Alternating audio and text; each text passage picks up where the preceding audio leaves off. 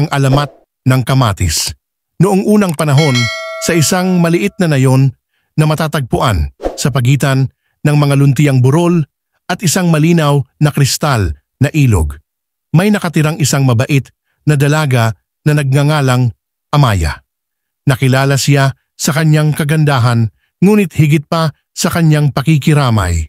Ginugol niya ang kanyang mga araw sa pag-aalaga sa isang maliit na hardin sa likod ng kanyang cottage, kung saan siya ay nagtanim ng mga pinakamatamis na prutas at mga pinakamasiglang bulaklak.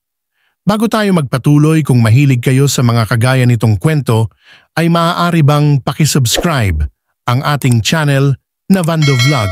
Maraming salamat at magpatuloy na tayo. Isang araw, dumating sa nayon ang isang sugatang manlalakbay. Nanghihina siya dahil sa gutom at pagod. Ang mga taga-nayon na natatakot sa mga estranghero ay nag-atubiling tulungan siya.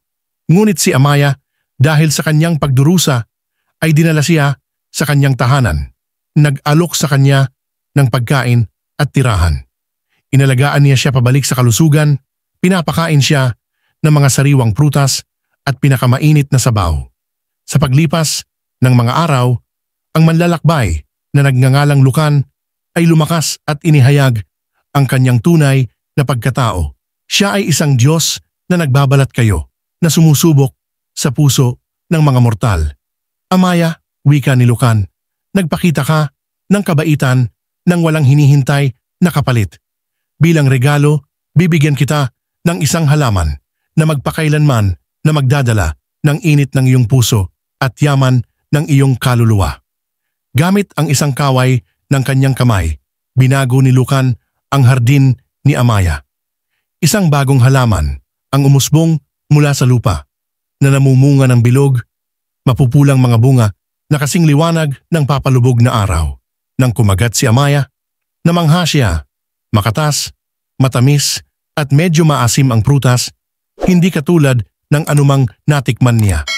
Ibinahagi niya ito sa mga taga-nayon na sa unang pagkakataon natanto ang kapangyarihan ng kabaitan at pagkabukas palad.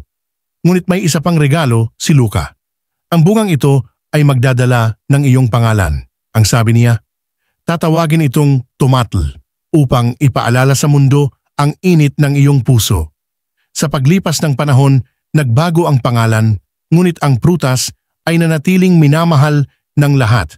At sa gayon, isinilang ang alamat ng kamatis, isang simbolo ng kabaitan, pagmamahal at simpleng kagalakan ng pagbabahagi.